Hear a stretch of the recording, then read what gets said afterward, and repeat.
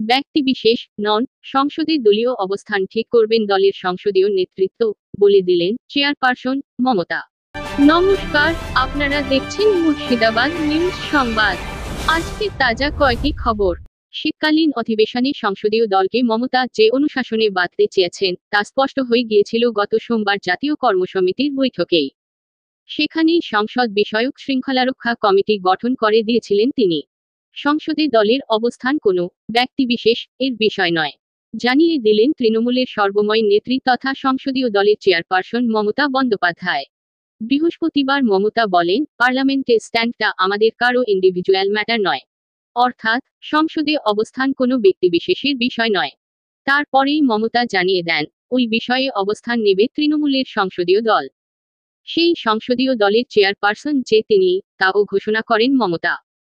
পাশাপাশি তিনি দলের অবস্থান ঠিক করার বিষয়ে লোকসভা এবং রাজ্যসভা মিলিয়ে 5 সাংসদের নামও ঘোষণা করে দিয়েছেন। বৃহস্পতিবার ঝাড়খণ্ডের মুখ্যমন্ত্রী পদে হেমন্ত সোরেনের শপথ গ্রহণ অনুষ্ঠানে যোগ দিতে রাঁচি গিয়েছিলেন মমতা। সন্ধ্যায় কলকাতায় ফিরে ওই ঘোষণা করেছেন। বিষয়ভিত্তিক দলের অবস্থান নির্ধারণ করার বিষয়ে তৃণমূল নেত্রী প্রাথমিকভাবে যে 5 জনের নাম উল্লেখ করেছেন তারা হলেন লোকসভায় তৃণমূলের দলনেতা সুদীপ বন্দ্যোপাধ্যায়, মুখ্য সচেতক কল্যাণ বন্দ্যোপাধ্যায়, রাজ্যসভার দলনেতা ডেরেক ও ব্রায়েন, উপদলনেতা সাগরিকা ঘোষ এবং মুখ্য সচেতক নাদিমুল হক। মমতা বলেন, ওরা আগে সিদ্ধান্ত নেবেন, তারপর আমায় জানালে আমি পরামর্শ দেব। মমতার ওই ঘোষণার পরে তৃণমূলে আলোড়ন শুরু হয়েছে। কারণ ঘটনাপ্রবাহ বলছে, বুধবার দিল্লিতে দলীয় সাংসদদের নিয়ে বৈঠক করেছিলেন অভিষেক বন্দ্যোপাধ্যায়। সেখানে তিনি বলেছিলেন, তৃণমূলের কেউ ব্যক্তিগত উদ্যোগে যেন সংসদে কোনো বিষয়ে মুলতুবি প্রস্তাব না আনেন। পাশাপাশি তিনি ওই বৈঠকে সংসদে তোলার জন্য মানুষের সঙ্গে জড়িত বিষয়গুলি চিহ্নিত করেছিলেন।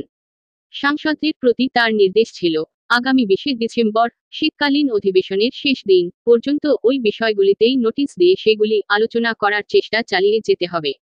যে বিষয়গুলি নিয়ে সংসদে সরব হওয়ার কথা অভিষেক বলেছিলেন, সেগুলির মধ্যে সবচেয়ে আগে ছিল পশ্চিমবঙ্গের প্রতি কেন্দ্রের আর্থিক বঞ্চনা, ছিল মূল্যবৃদ্ধি, কৃষকদের জন্য সারে ভর্তুকি, মণিপুরের হিংসার মতো বিষয়ও।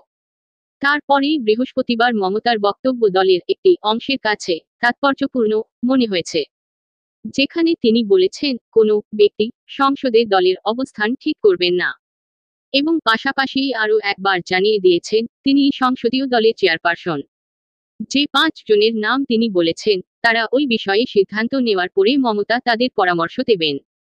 দলের সর্বোচ্চ নেত্রীর এই বক্তব্য শোনার পরে শাসক শিবিরের একাংশের অভিমত, মমতার বক্তব্যের লক্ষ্য ছিল অভিষেকের বুধবারের বৈঠক। তিনি স্পষ্ট বুঝিয়ে দিয়েছেন, সংসদে দলের অবস্থান অভিষেকের ব্যক্তিবিশেষ বিষয় নয়।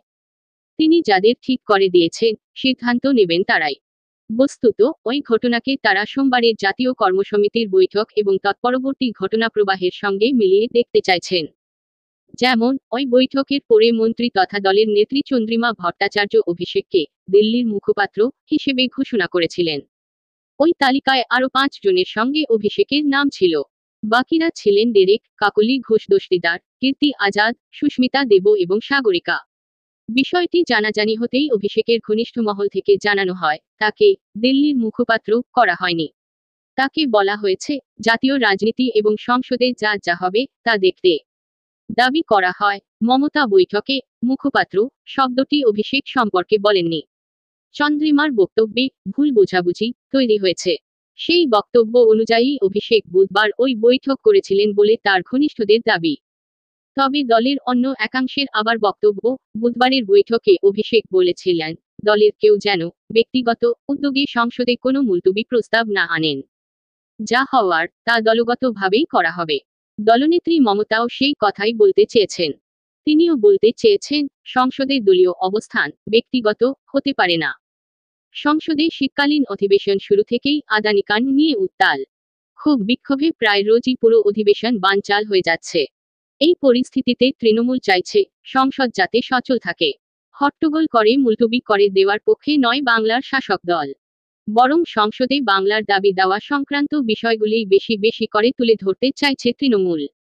কংগ্রেস সহ বিরোধী জোট ইন্ডিয়া র শরিকেরা যেভাবে হট্টগোল করছে, দফায় দফায় সংসদ মুলতবি হয়ে যাচ্ছে, তৃণমূল তা চাইছে না বলেই বার্তা দেওয়া হয়েছিল সংসদীয় দলের বৈঠকে। অনেকের মতে সেই কারণেই কক্ষ সমন্বয়ের ক্ষেত্রে কংগ্রেসের সঙ্গেও কৌশলী দূরত্ব রাখছে তৃণমূল। সেই সমস্ত দিকের কথা বিবেচনা করেই মমতা দলগত অবস্থানের উপর জোর দিতে চেয়েছেন বলে মত তৃণমূলের ওই অংশের।